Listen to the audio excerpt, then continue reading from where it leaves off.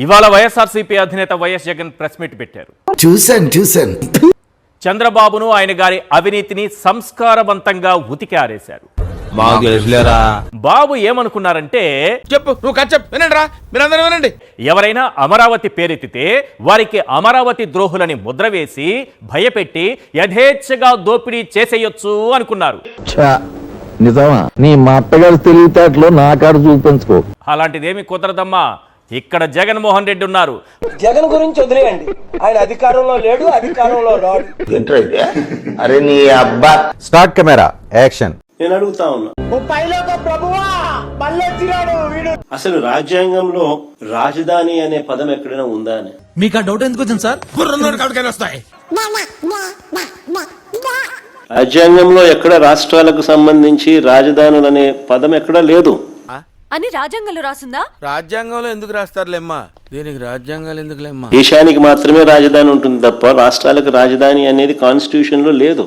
నీలాంటి useless fellow తప్ప ఎవడు అలాంటి మాట అండు.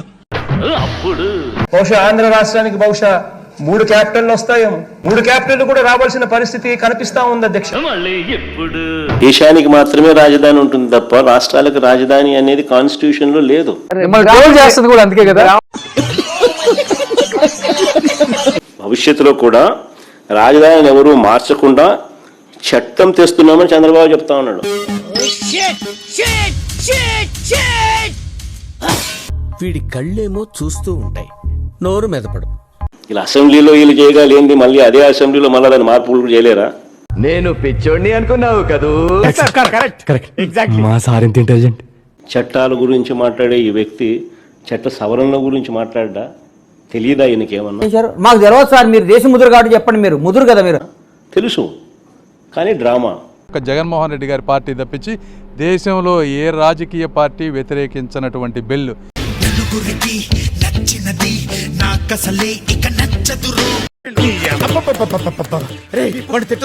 ఏ చట్టమైనా కూడా చట్టసభ ద్వారా చట్టం చేయగలుగుతుంది, చట్టంలో సవరణలు కూడా చేయగలుగుతుంది. ఇది అందరికీ తెలిసిన విషయాలే. 3 ఏళ్ల పిల్లోడు 6 ఏళ్ల పిల్లోడిని అడిగినా చెప్తారు.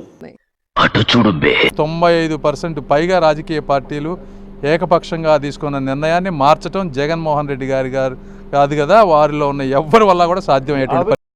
ఏంటాది గారు ఎంత పని జరిగింది? మహా దుర్మార్గులు అందరూ కలిసి మిమ్మల్ని ఈ స్థితికి తీసుకొచ్చి వదిలేశారే.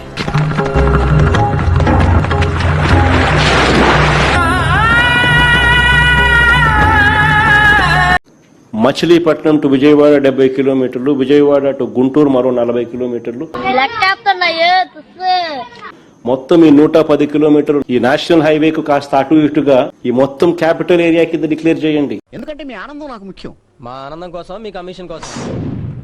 మచిలీపట్నం నుంచి ఎంఏ తీసుకోండి, విజయవాడ నుంచి విఐ తీసుకోండి, గుంటూరు నుంచి GUN తీసుకోండి, మావి గన్ అని పేరు పెట్టండి.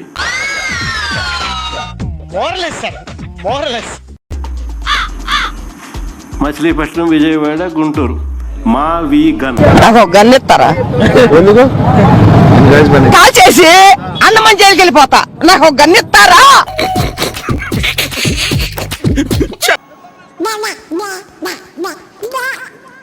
ఏంటంటావు? మచిలీపట్నం, విజయవాడ, గుంటూరు మధ్య రాజధాని పెడితే మా వి గన్ రాజధాని అని పేరు పెడతావు అంటే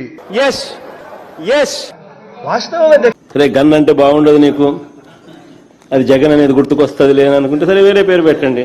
నువ్వు 3 రాజధానులు కాకుండా ఒంగోలు, గుంటూరు మధ్యలో రాజధాని అంటే ఏం పెట్టేవాడి పేరు?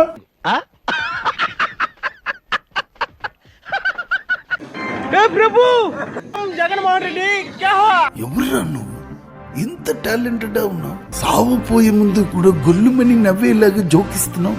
You are really a god gifted child. నిజంగా నేను చెప్తా ఉన్నాను. చెప్పు. నాకు సంకుచితమైన ఆలోచన నా గన ఉంటే రాయలసీమలోనే రాజధాని పెట్టేవాడిని. అతనికని తెలివితేటలేవు, దీని వెనకాల ఏదో కుట్రుంది. ఎంత చేసినా అంతే. ఇప్పుడు ఏం చేయగలుగుతాం? ఏం చేయగలిగేది ప్రస్తుతానికైతే ఏం చేయలేదు. ఏమన్నా మాత్రల ప్రభావమా లేదంటే ఏం అర్థమే కాలేదా? రే నాగరాజు, ఆఖరిలో ఖాయం చేసుకోరా.